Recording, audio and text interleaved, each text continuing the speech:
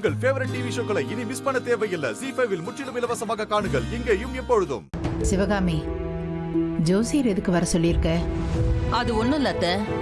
மாப்பிள்ளையையும் பொண்ணையும் எத்தனை நாள் நம்ம வீட்லயே வச்சிருக்க முடியும்? அதனாலதான் மறுவீடு முடிஞ்சு அவங்க வீட்டுக்கு அனுப்பி வைக்கணும்ல, அதுக்காக தான் நல்ல நாள் பார்க்கலான்னு ஜோசியரை நான் வர சொன்னேன்.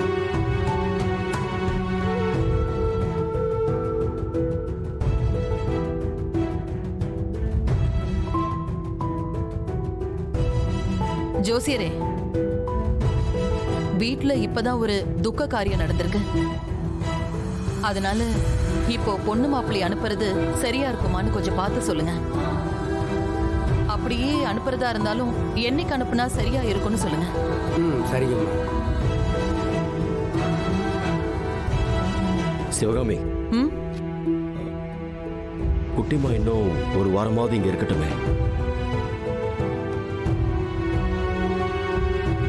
அதுக்குள்ள ஏன் அவளை அனுப்பணும்? ஏங்க, அவங்க 2 பேரும் அங்க போயிட்டு அதுக்கப்புறம் கூட இங்க வரட்டுமே.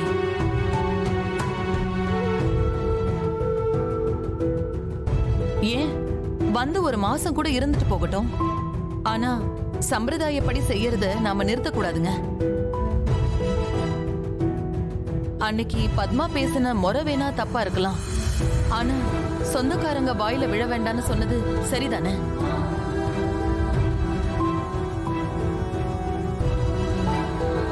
மறு வீட்டுக்கு போன மாப்பிள்ள திரும்ப வராம மாமனார் வீட்லயே தங்கிட்டாருன்னு சொன்னா அது நம்ம குடும்பத்துக்கு தானங்க அசிங்கம்.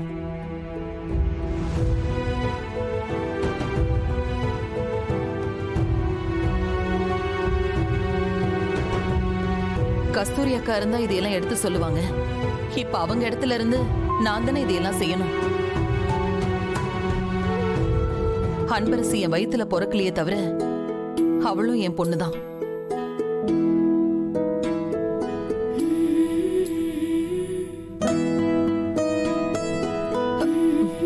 ஜோசியரே, இந்த மாசத்துல ஒரு நல்ல நாளா பார்த்து சொல்லுங்க.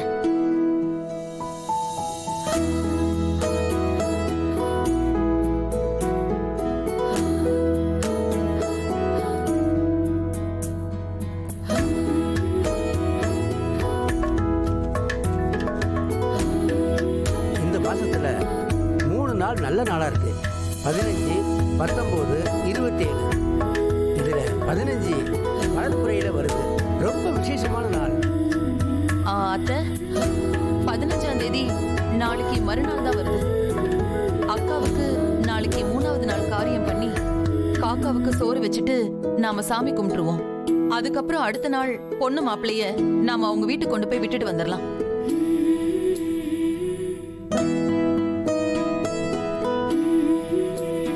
ZEE5 ஆப்பை டவுன்லோட் செய்து அனைத்து எபிசோடுகளையும் இலவசமாக பாருங்க.